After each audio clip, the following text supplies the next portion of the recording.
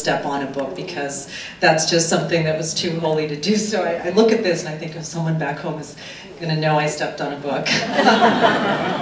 Hopefully all the education will just rise up from those books. Good afternoon, everyone. I wanted to thank the library team. I know that Darla's already introduced folks that are here from the library team, but I do want to thank you for putting this event together and giving me a chance to participate, including Glenda Williams and Darla. Is Glenda here? I didn't see her earlier. Of course she's here. Of course she's here. Thank you. Thank you, Glenda.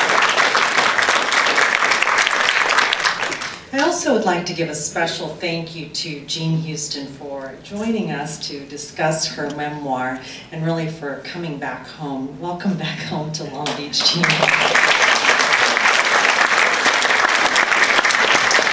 We chatted briefly, and I know she's an author, but even without words, you can feel that she has come full circle in life, and I know that can be amazing, especially if you've learned lessons along the way and are able to compose them and write about them and take to your pen and share them, and I want to appreciate you for being able to do that. Many of us feel the things that you may have experienced or feel yourself, but don't really have the talent to write and share. So thank you for sharing your talent with us. That is exactly what Jean has done. She is sharing her life history through her talents. She and her late husband, James Houston, that's exactly what they did with Farewell to Manzanar. The bombing of Pearl Harbor that led to America's entry into World War II has also fueled a climate of fear and fanned the flames of existing anti-Japanese sentiment. This was the context in which our government issued Executive Order 9066, ordering Japanese Americans in Western states to take up residence in government-created internment camps. Many of us know this history. It's very unusual to imagine us as a nation that rounds up our people, but in fact we've done that, and we did that not too long ago. It's very strange for me personally to imagine that. I come from another country, I'm an immigrant, I know that's possible elsewhere. It's never, in my experience, felt like it could be possible here, and that's why it's so important and so powerful for individuals like Jean to write their stories, because someone like myself could have arrived in 1977 and could have missed the opportunity to really know that part of our history, and it is important so that we can move forward. Jean was 7 years old when she left Long Beach. She and her family were uprooted from their home and fishing business, stripped of their constitutional rights in the name of national security, and relocated to Manzanar, California. They were allowed to take only the things they could carry. Jean and her family spent the next 3 years in the shadow of guard towers, behind barbed wire, virtual prisoners in their own country.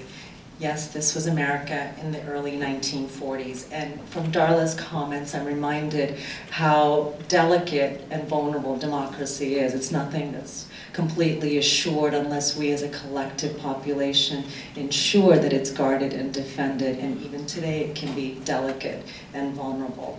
Since her time in the internment camp all those years ago, Jean has worked hard to put her life back together. She was the first in her family to earn a college degree, married her college sweetheart, and had 3 children. In 1971, Jean decided to write about her family's experience during World War II.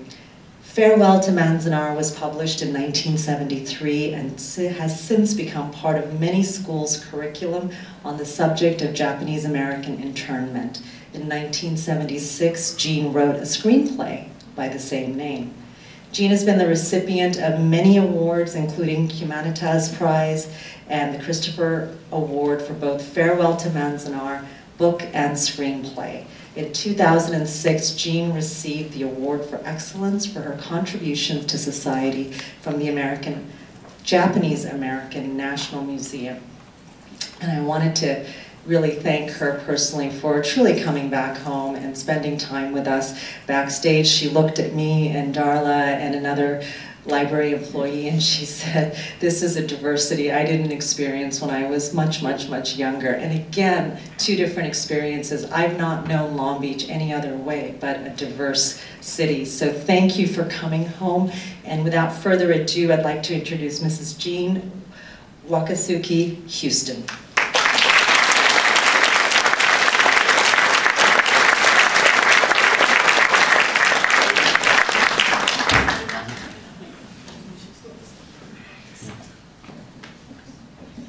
I have to apologize to you, Mrs. Lowenthal, because I'm responsible for the books here. Because I'm so short. I always have to have something to stand on, otherwise you wouldn't see me here. Well, good afternoon, everybody. Thank you all so much for being here. I want to thank you, Vice Mayor Lowenthal, for that very kind and generous introduction.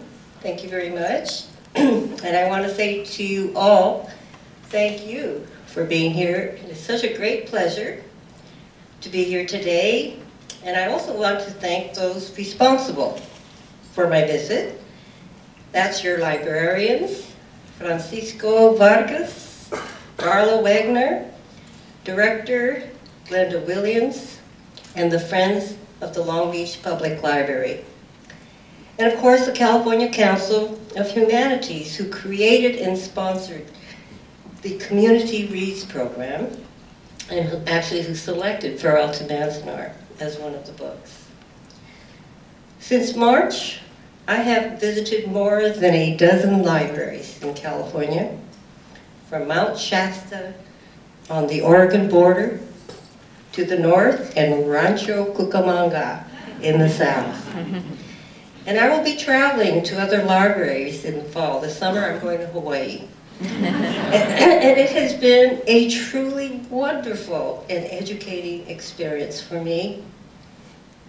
I have learned how truly diverse in not only the landscape, but in our population of this great state of California. And most of all, what I have learned is how the libraries have become and are becoming the vital centers for the communities for all ages. I mean, it's amazing going to all the different communities, all the cities, and to see that the libraries are actually the newest buildings. And in Rancho Cucamonga, for instance, it's the anchor store, so to speak, in the mall.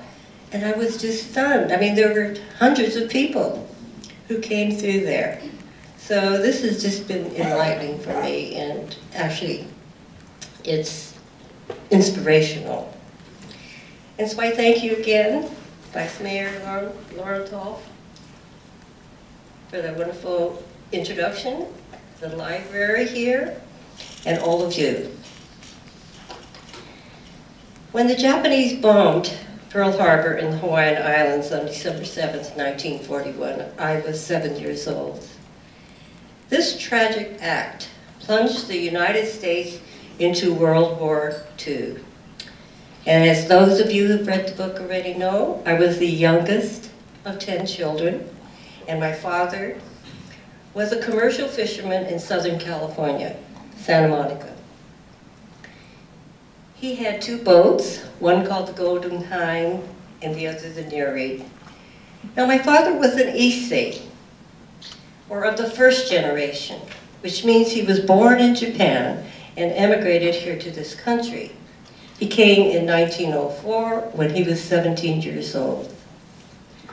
That makes him a pioneer to the West Coast, just as some of your ancestors may have come to the East Coast of America from Europe or Africa, or to California from Mexico and Central and South America. Now my mother was Nisei, of the second generation, an American citizen, because she was born in Hawaii, which was then a territory of the United States, and that was in 1897. As you know, Hawaii became a state in 1959. So with my father, Issei, and my mother, Nisei, my brothers and sisters, and myself were somewhere between the two. But we consider ourselves Sansei, I believe. Or maybe the older ones consider themselves Nisei, and the younger ones Sansei. You know, there are 10 of us. And today there are many 4th and 5th generation Japanese Americans. Well, after the attack on Pearl Harbor, a very unfortunate thing happened. In February of 1942, President Roosevelt signed Executive Order 9066, which ordered the relocation and internment of persons dangerous to the security of the United States. Now, this was supposed to mean anyone dangerous to America's national security. And as a result of this edict, the entire Japanese American population on the West Coast was rounded up excuse me, and put into 10 main camps in various remote parts of this country. This meant 120,000 individuals of Japanese descent, of whom almost 70% were native-born American citizens, like myself, were uprooted from their homes and communities and removed to strange lands. Many people were put into fairgrounds and racetracks, forced to live in horse stalls until the more permanent camps were built.